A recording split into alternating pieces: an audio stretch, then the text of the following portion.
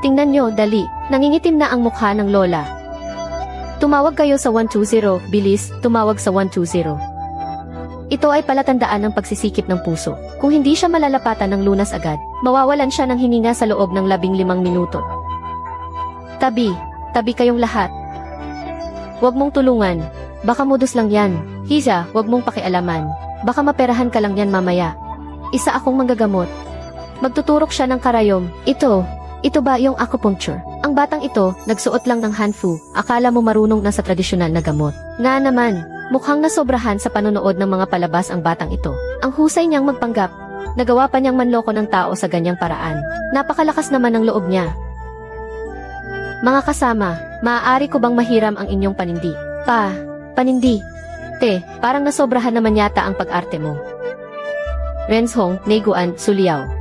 Ang 3 karayom para sa pagbabalik ng buhay na pamana ng pamilyang G, na nakalaan para iligtas ang mga nasa bingit ng kamatayan. Gising na siya. Diyos ko, napakahusay na doktor. May ibubuga ang batang ito. Ma, okay ka lang ba? Maraming salamat sa iyo, miss. Maraming salamat talaga sa iyo. Add kita sa WeChat. Ihahatid ko muna ang nanay ko sa ospital. Babalik ako para magpasalamat sa iyo, aking tagapagligtas. Ano ang sinasabi niya? Dahil mukhang hindi po kayo pwede ngayon, tanggapin niyo po sana itong kaunting pera.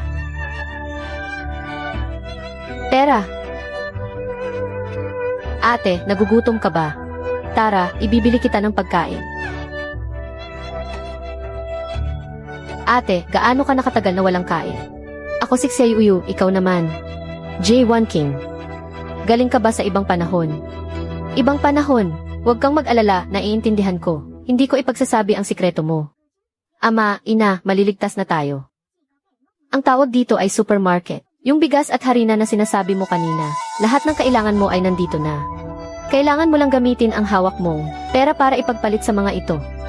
Sa amin, ang isang takalang bigas ay nakakabili na ng isang tao. Pero dito, nakatambak lang ang bigas na parang buhangin. Kaysa gana naman ang lugar na ito. Napakalaking karangyaan nito.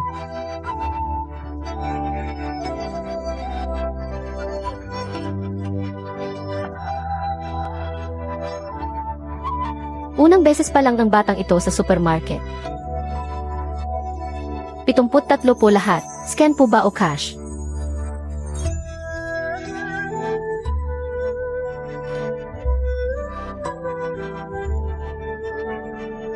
Ha!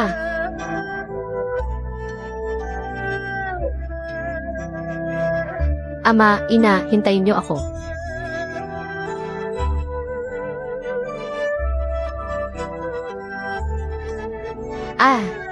Hindi ka panipaniwala ang nangyayaring ito. Mula man ito sa Diyos o sa demonyo. Ngunit dahil makakakuha ako rito ng pagkain, para mailigtas ang buhay ng buong pamilya ko. Isa pa rin itong himala, King Er. Ang kuwebang ito ang tanging pag-asa para mabuhay ang pamilya G. Saksi ang langit at lupa. Tayong dalawa lang ang nakaalam. Hindi ito dapat malaman ng pang-apat na tao. Tama, kung iisipin, henerasyon ng nanggagamot ang pamilya G. Palagi tayong gumagawa ng mabuti at tumutulong sa kapwa. Ito ang paraang ibinigay sa atin ng langit para mabuhay. Huwag na huwag mong sasabihin kahit kanino.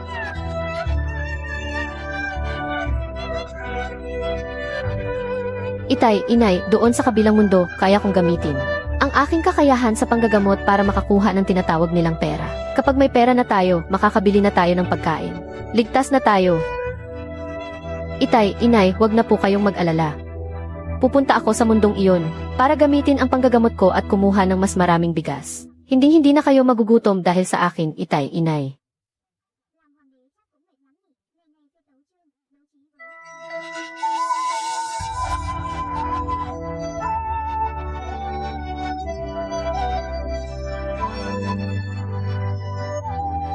Dito ang pinakaligtas na lugar.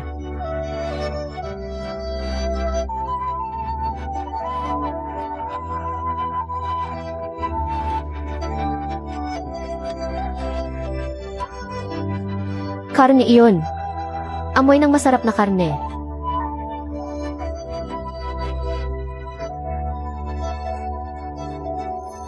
Guys, kung alin sa mga video ang maraming likes at comments, iyon ang uunahin kong gawing next episode. Kaya mag-comment ng next kung gusto nyo ng kasunod. Noong nakaraang mga araw, nabalitaan ko pang nawawala ang anak ng mga G. Baka naman ginaya nila kami at ibinenta rin ang anak nila para ipagpalit sa pagkain at karne.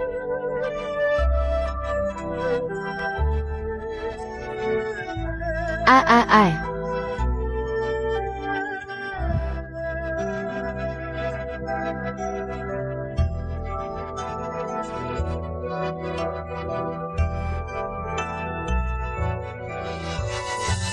Buksan niyo ang pinto, Aling G, buksan niyo po ang pinto. Saklolo, mamamatay na sa gutom ang anak kong si Taedan. Sityasan iyon. Dali, itago niyo ang mga gamit. Manggagamot na G. Aling J. Maawa po kayo sa amin, iligtas niyo ang anak ko. Heto na, sandali lang, wag niyo nang kalampagin ang pinto. Kung gusto mong malaman ang buong kwento, hanapin sa YouTube ang QK2012. Uulitin ko, QK2012. O tingnan ang comment section para malaman kung saan mapapanood ang full version.